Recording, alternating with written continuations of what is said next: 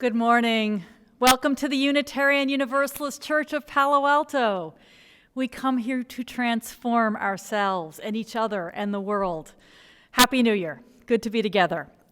You are welcome to keep your video on throughout the service. We'll mostly keep our audio off, but let's all unmute for a few moments right now to hear one another say hello. Hello.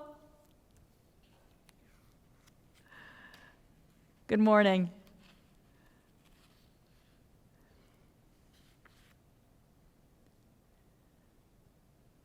Hello.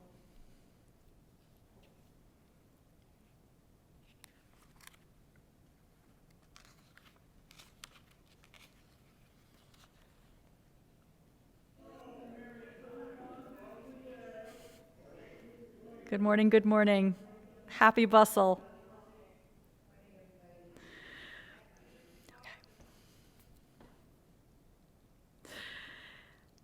You can see the order of service by following the link in the chat. Okay, you can see the order of service by following the link you'll see there in the chat. Lots of information there about things that are coming up all week and in the coming weeks, so please do make sure to have a look.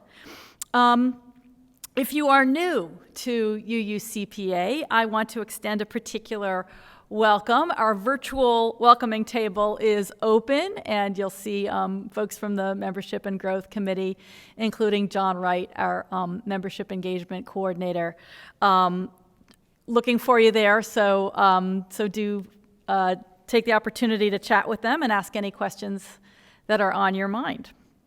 And next Sunday, December 9th at 1 p.m., please join me for Discovering UUCPA, anybody who wishes to learn more.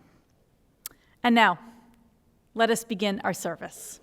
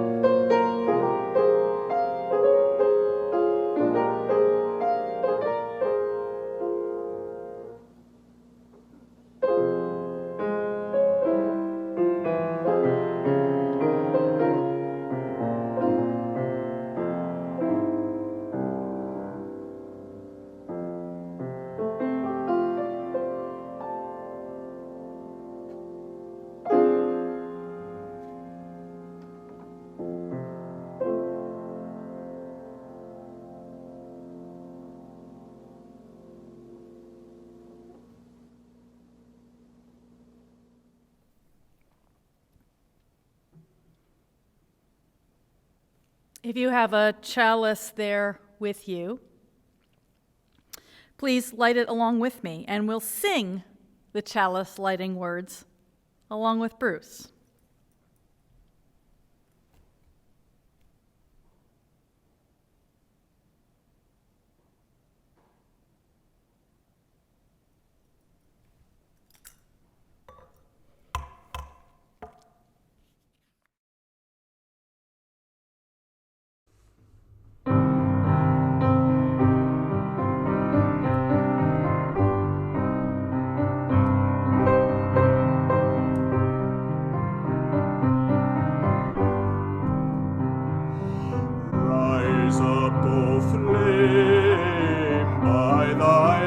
Glowing, show to us beauty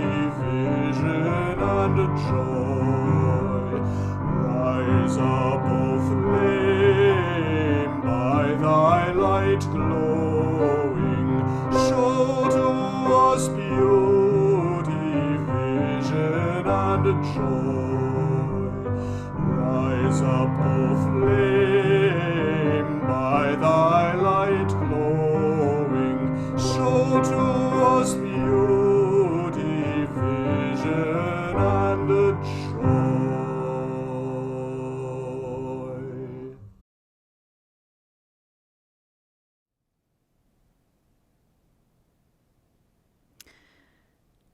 With our centering words each week, we draw on the many sources of our living tradition.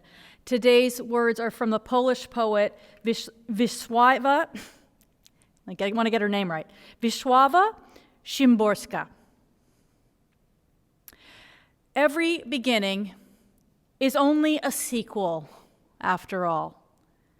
And the book of events is always open halfway through.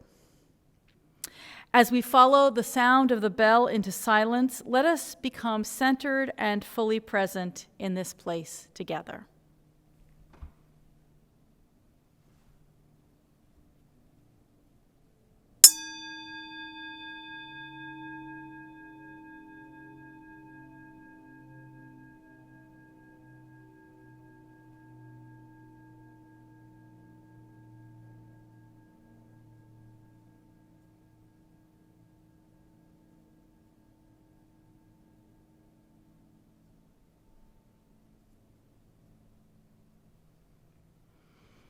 Now please join in as Bruce leads us in singing Faith of the Larger Liberty.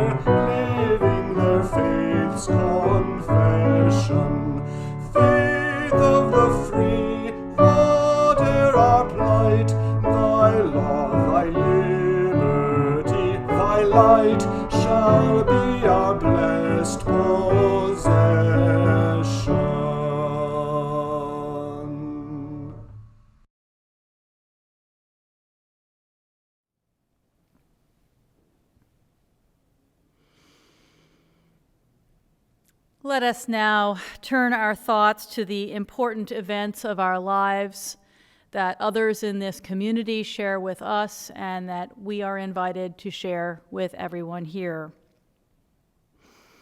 If you have a joy or a sorrow that you would like me to speak this morning, please send your joys and sorrows to joyconcern@uucpa.org or post them in the chat provided by Zoom, and they will be shared aloud.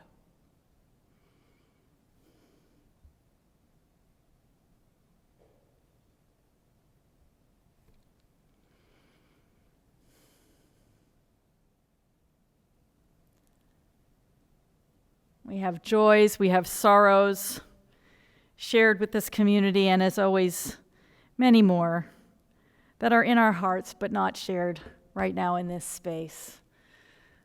Let us all be aware as we enter into our time of prayer and meditation that we are all held, that those we love and those who raise our concerns are all held by the love of this community.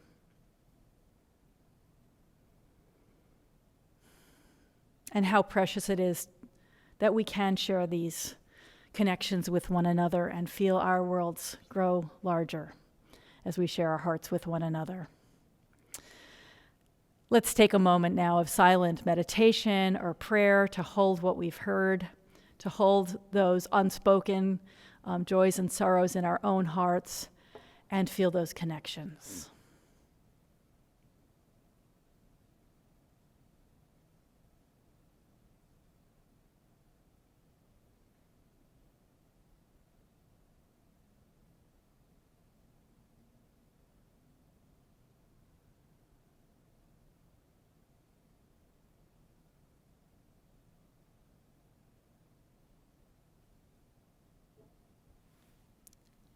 Blessed be. Now please join the By Your Side singers in singing, There Is More Love Somewhere.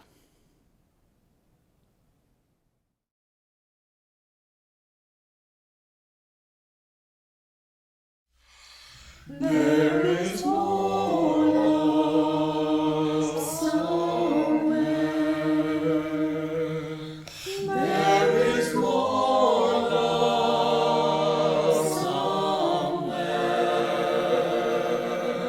I will keep on till I find you. There is more love somewhere. There is more hope somewhere.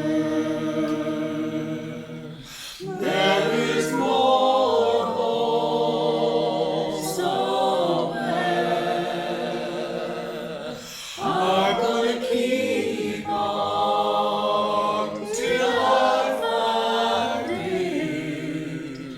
There is more hope somewhere.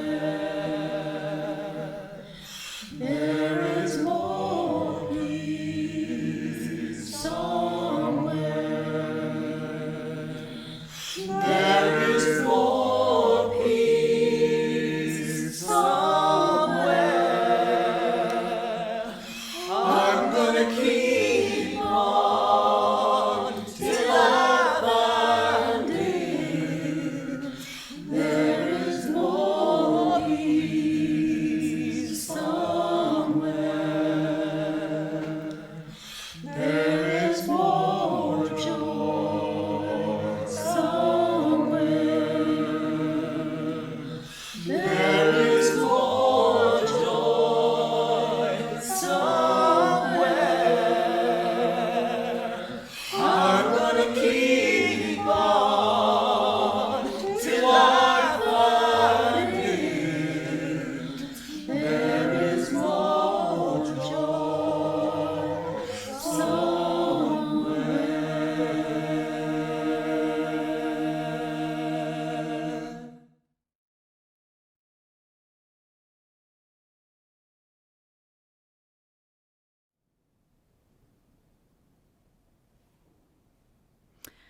Our first reading today comes from the book The Power of Ritual by Casper ter Kuile.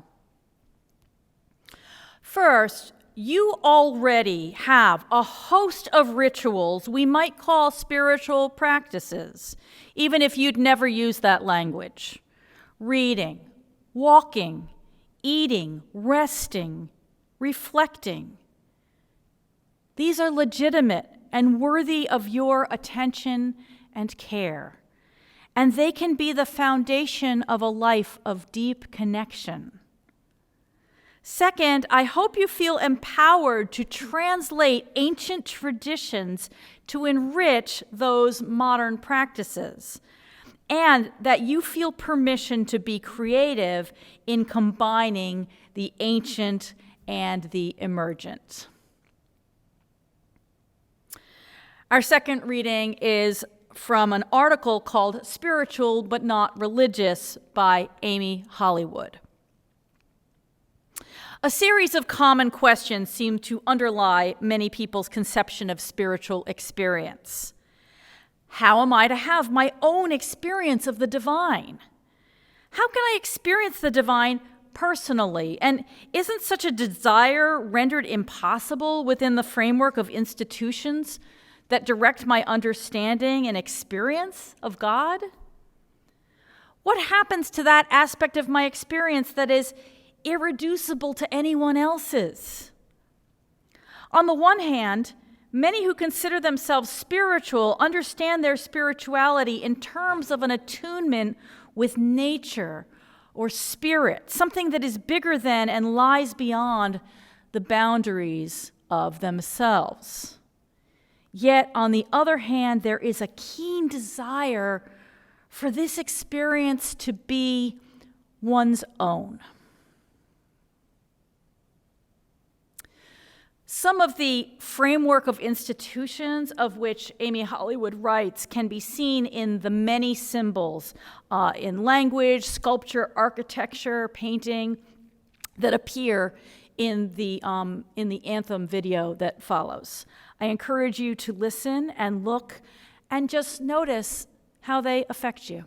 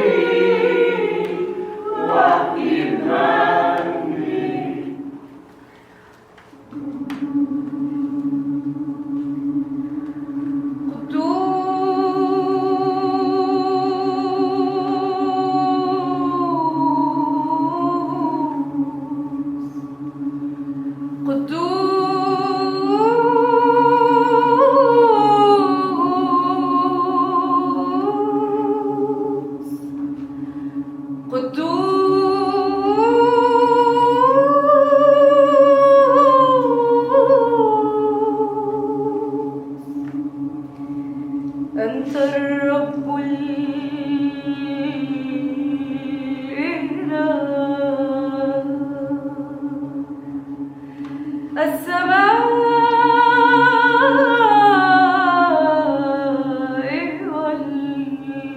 والأرض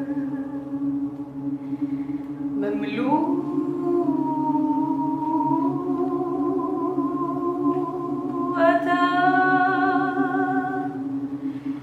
بمجدك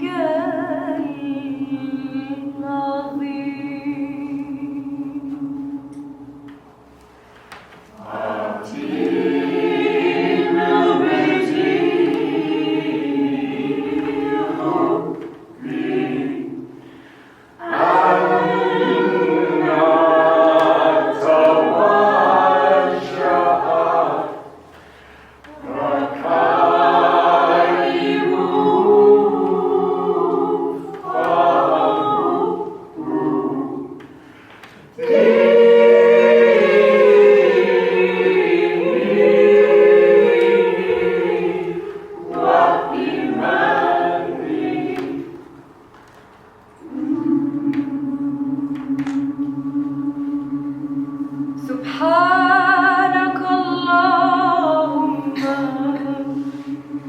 سبحانك اللهم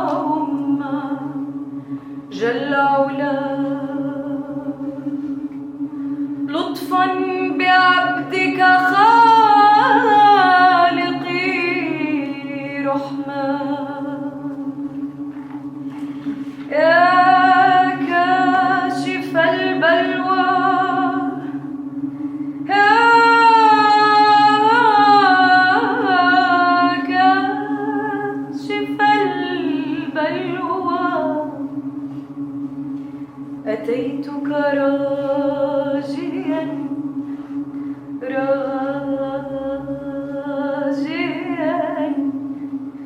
أرجو رضاك فليس لي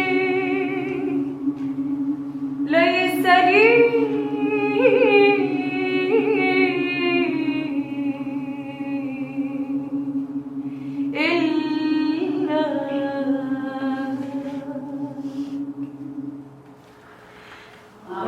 أدين بدين الحب أنك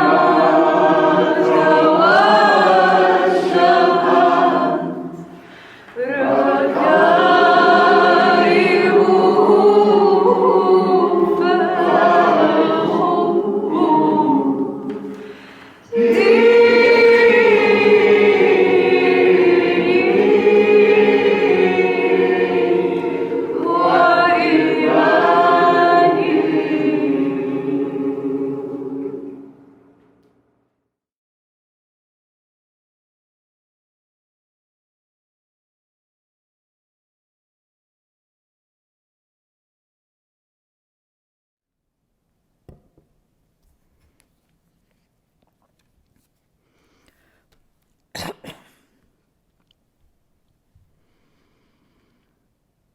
Spiritual but not religious is the short phrase by which an increasing number of United States Americans describe themselves.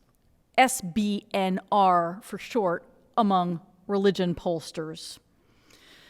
The most recent poll I saw, which was a few years ago, has 27% of us responding this way, a sharp increase over the previous such poll.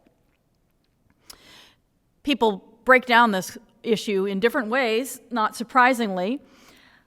Quite a lot of people call themselves religious and spiritual, 48%, but that was down sharply at that last poll.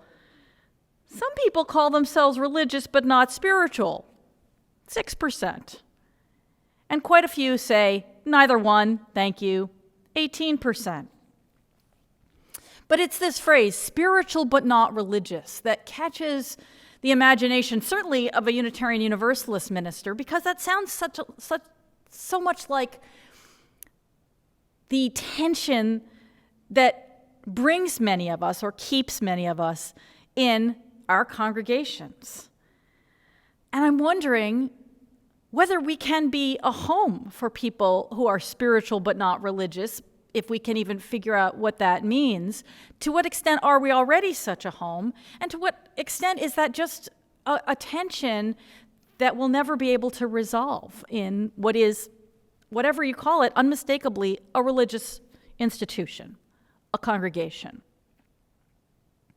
This rise in the SBNRs, the spiritual but not religious, has met with some sharp responses out in the wider world. Some people call it a cop-out. One writer famously said, "Stop boring me." One thing we don't often bother to ask folks is, what do they mean by religious? I'm just going to guess a little bit based on conversations I've had when I've asked people, what does this phrase mean to you? Why might somebody call themselves that? Why do you call yourself spiritual but not religious if you do? And it's clear that whether or not people relate to that particular phrase for themselves, they have some ideas of what might be meant by religious. Religion is seen as being dogmatic. It's known for its rigidity. It has to come with a caveat. Well, I don't mean that kind of religion. If you say you go to a church or you belong to a religious community, you need to say not rigid, not narrow. We support LGBT rights. We believe that people find their own spiritual paths. Sometimes people are surprised to hear such a thing exists, and sometimes people just don't understand why you might belong to a religion if those are the values that you have. Religion clearly is associated by the SBNRs and others with the people who are most famous for being religious, who often exemplify the worst aspects of religion. This narrowness of thought and hypocrisy and even violence. So what do we mean by spirituality if we say there's a difference between being spiritual and religious? Well, often we do know what people mean. At least they might not use abstractions, but they use examples of what is a spiritual experience for them, or what makes them say, I am a spiritual person. And these are the kinds of things that people typically say. I have spiritual experiences being in nature. Listening to music makes me realize that I'm a spiritual being. When I'm creating something, that's spiritual. Scientific exploration, just coming up against the wonder and beauty and mystery of the world.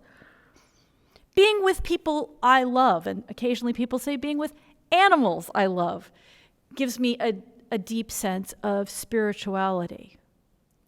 So trying to distill that, put that into some of a definition maybe, or a description in abstract terms such as you might have in a religious dictionary.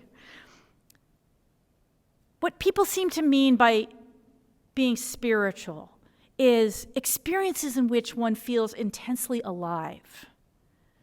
Times that we feel a part of the whole. An experience that William James, a great scholar of religious experience, called the more. Just feeling that something about this experience is more. We are more at these moments. It's not just positive moments. Moments of tremendous loss or grief or trauma can take us to these places as well. This place of feeling like there is something bigger of which we are a part. Spirituality for people means meaning and purpose. Moments that say to us one way or another, this is important. Pay attention. Stop right here. Pay attention. What is happening here is really, really important. Those are spiritual moments. So they're often borderlands, transitions, thresholds. Moments of deep beauty. Moments of immersion. Moments of creation. and moments of connection. Looking into another's eyes and seeing our own experience there. And likewise, being able to be our genuine selves with another. These seem to be some of the things that we're saying if we say that's spirituality. It seems to me that all of this should be exactly what religious institutions are about. Having these moments, cherishing these moments, having rituals and words and music and arts that speak to and perhaps bring about these moments. And of course, even though they tend to defy description, which is why I think people give for example, much more than they seek the words such as meaning or purpose or connection, as much as they defy description, we want in our religious institutions a place to share about them or to hear about others, such spiritualities. So if religious institutions don't create such opportunities, if they make us choose between spirituality and religion, well, they're forcing that choice. If a church is a place to be religious, but it doesn't feel like a place to be spiritual, who can blame spiritual seekers for seeking anywhere but in a church? I'm sure we can all think of many examples of how religion can quash spirituality. There are those evils, those hypocrisies, yes, but also there's the more pedestrian ways that a religious community can just fail to nurture the kind of trust and vulnerability and freshness that we need to know ourselves as spiritual beings, or again, if those aren't words that work for us, as beings who seek out beauty and connection and meaning and purpose and a feeling of being intensely alive and creating and knowing that we're a part of a great creation. This struggle, this divide between religion and spirituality is not by any means limited to certain denominations or traditions. I think it's a tension that's built into the very nature of the two things, religion and spirituality. A tension, a pulling, a difficult strain, but not a contradiction. Because religious communities have also evolved to be occasions for spirituality. And if they wander away, then those of us who care about these ways of supporting our spirituality, well, we need to bring them back. So, for example, just looking at the ways that a community can aid spirituality. That article by Amy Hollywood has fascinating background about this in medieval Christianity. But I wanted to look at some of the ways that work right here in a Unitarian Universalist congregation. That are built of community, that are built of being together in an organization over time. One is this matter of conversation. Being a community offers a lot of opportunity, theoretically, for conversation, and conversation about those deep matters that we consider spiritual, or that some people would label spiritual. The Transcendentalists, whom you may know, were very tied to the Unitarian early years. The Transcendentalists make us think of Thoreau in a tiny cabin in the woods by himself, or Emerson singing the praises of self-reliance. But one of their chief spiritual practices was communal. It was conversation, salons, containers for conversation about important questions. And that is one of the things that you can get from a community of people that you can't get all by yourself. Of course, there's also written words of people, and this turns in religion into scripture.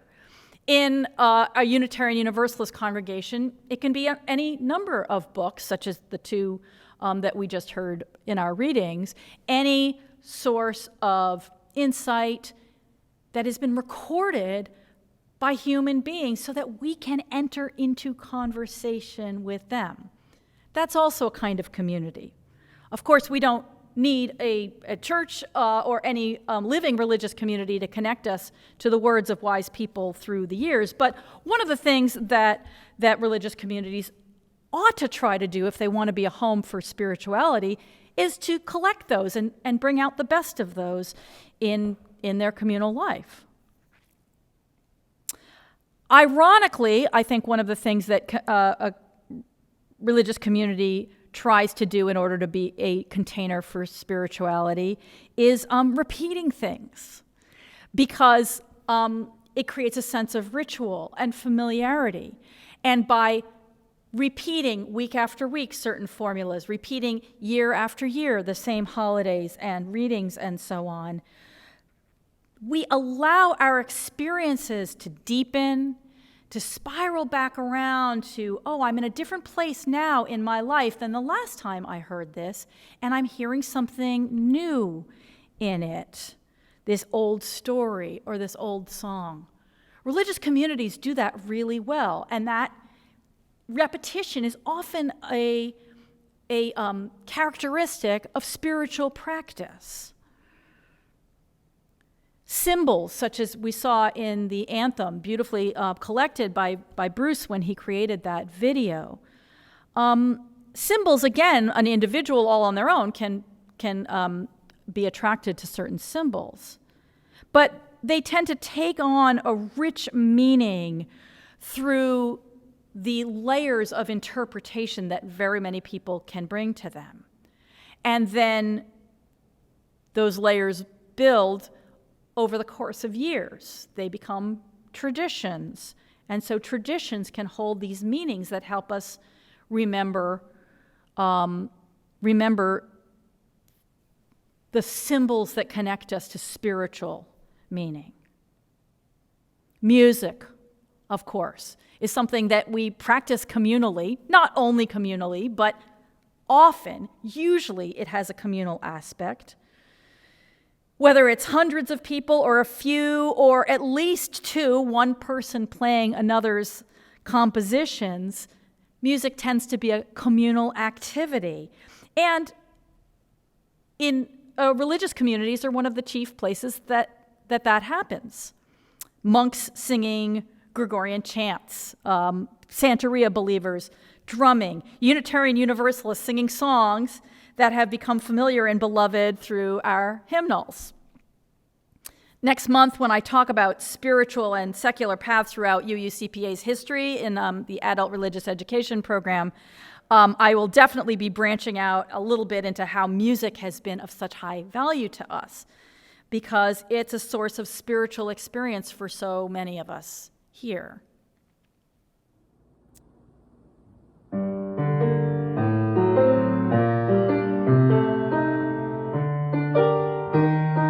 Elements or just water, those can help us feel that connection to what's important to us, to meaning, to this relationship. A good container for spiritual experience. Companionship in life transitions. And even the much hated and parodied unison readings, such as we have in our benediction. Knowing that these are values and convictions that we share, hearing it in other people's voices, that helps support our own spiritual values. Well, this all sounds great. On paper, religion and spirituality coming along together, which is why I say it's a tension, not a contradiction, but you're maybe already seeing the difficulty that religions run into. These spiritual practices, once embodied in religion, in an institution, in an organization, in a tradition that carries over time, and in a community of people who don't always share with one another what these things mean to them, if anything, well, it can kind of petrify. What's so fresh and alive in a moment of spiritual insight can become ossified, stiff and rigid throughout the years of being incorporated in a religious community. The very things that a religion does in order to help us have these spiritual experiences and in order to bring spiritual practices right here into a community can lead to them kind of going flat. So that unison reading, so meaningful if we're thinking about, oh, what does this mean to me? And talking to the person next to us, what does it mean to you? Well, they start to sound rote. And we don't think about what they mean anymore, or we think about them and we realize we don't agree with them, and we look around at the people around us and we say, do they believe in this? I don't believe in this. Symbols and rituals can become outdated. Instead of accumulating those layers of meaning, they lose their original meanings. They're not known, or they don't remain fresh and relevant to us. And even conversation, which ought to help keep rituals and symbols and unison readings fresh and keep them from becoming deadened and flat. Well, conversation in a religious community, it can be used to enforce conformity instead of opening up the range of possibilities and the many interpretations that are among us. I don't think there's a simple solution to this. I think that tension that we hear in spiritual but not religious is a tension between spirituality and religion. And yet, what is there in our world to support these experiences of being intensely alive, experiences of the more, these moments of wonder and encountering beauty? What better place to be doing that if not a community of seekers and sometimes believers who share some of the same paths and who are open to hearing from one another? It seems like religion should be the perfect vehicle, and yet it's complicated. Now, maybe some of these differences to you are semantic, just our connotations with the word religion and what we mean by spiritual, and maybe you don't see this tension playing out in that way at all. It's just a problem of definition. It's true that in one way, it doesn't really matter if we use different words for the same thing. If what one person calls their spirituality is what another person calls their religion, okay, right? They're actually seeing eye to eye, and they have a lot to talk about. But on the other hand, these semantic differences matter very much. Because if someone needs a community of spiritual seekers, as I believe most of us do at some point, if someone needs to know, oh, there are others who are traveling a path a lot like mine, even if we don't always go exactly the same way. If they stay away because they think, oh, but that's not something that can happen in a church or a mosque or a temple, they're going to miss out on exactly what they need. And if the fundamentalists and the practitioners of rote rituals are the only ones who get to keep the word religion and its associated words like church and mosque and temple, then those who are infusing religion with so much life and passion and beauty and reason and doubt and exploration, in short, those who are infusing religion with spirituality, they get pushed to the margins. That's who we want to be. So, to anybody who wants to push us to the margins, I say, hell no, we won't go.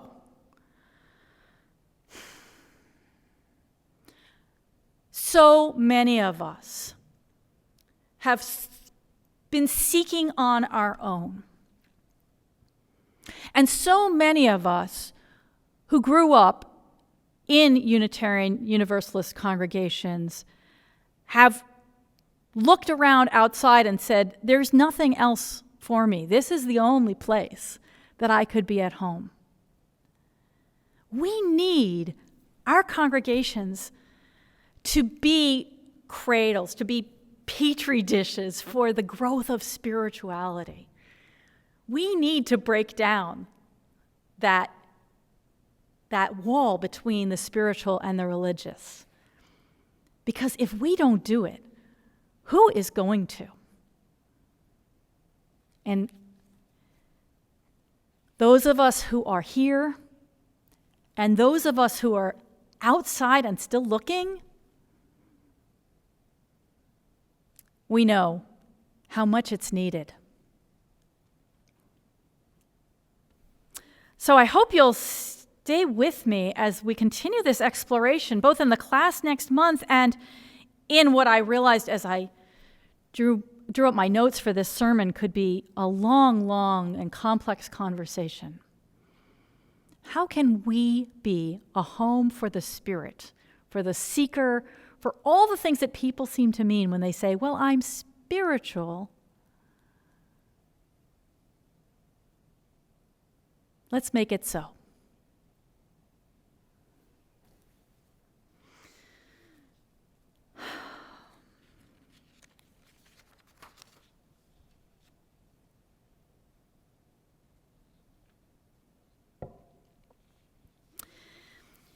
We create this space together, friends, not out of the glass and wood that we see here, nor even out of the electricity and binary signals that bring us together. We create it out of our presence, wherever we are today. We've chosen to be together in the ways that we can be. And we do that because we hope that we can transform ourselves and be transformed by others and help them to change in the ways they want to change, and that we can transform this world into all we dream of for it. So,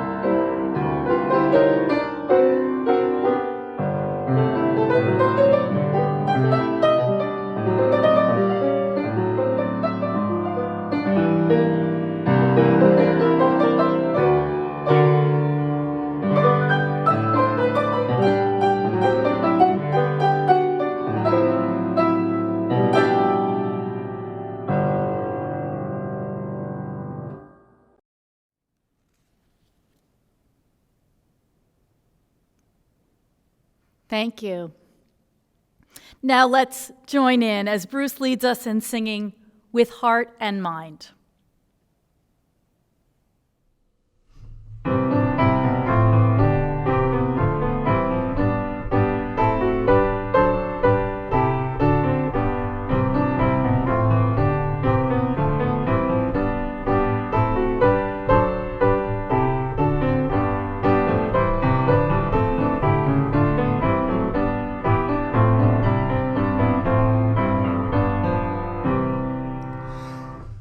Heart and mind and voice and hand, may we this time and place transcend to make our purpose understood. A mortal search for mortal good, a firm commitment to the goal of justice, freedom, peace for all.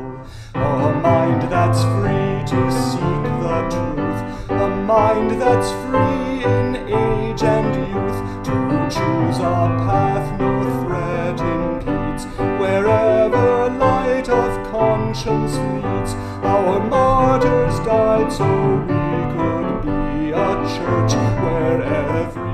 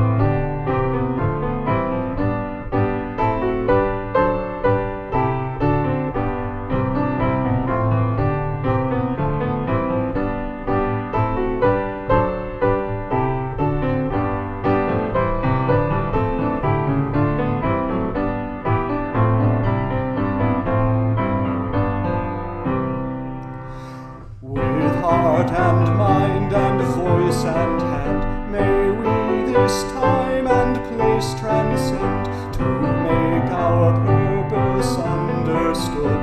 A mortal search for mortal good, a firm commitment to the goal of justice, freedom, peace for all.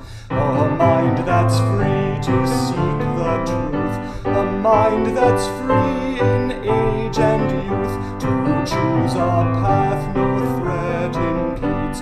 Wherever light of conscience leads, our martyrs died so we could be a church where every mind is free. A heart that's kind, a heart whose search makes love the spirit of our church, where we can grow and each one's gift is sanctified and spirits lift, where every door is open wide for all who choose to step inside.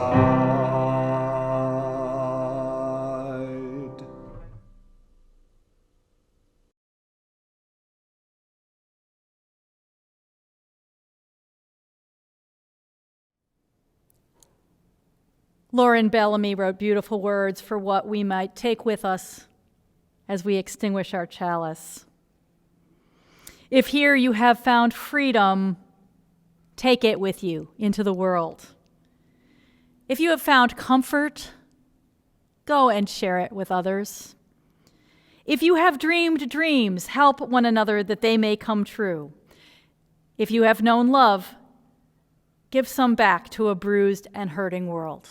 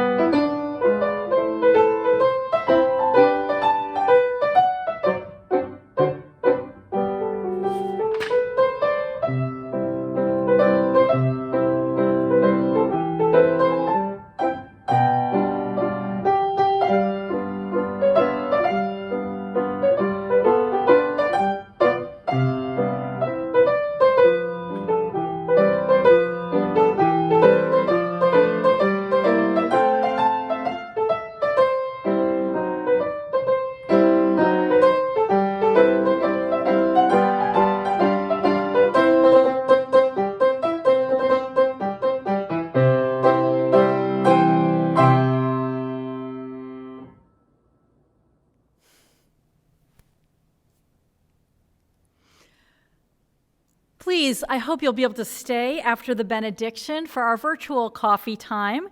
You'll be invited to small group conversations in our breakout rooms, or you can stay here in the main room with me to discuss the service. And because we are a religious and a spiritual community, I hope that the breakout rooms, as well as the main room, will be a place where you can talk about things that are of deep importance to you. Now, please unmute yourself and turn on your video. And you can touch hands virtually like this up on the sides of the square, or put a hand on your heart and another out to others while we say our benediction together.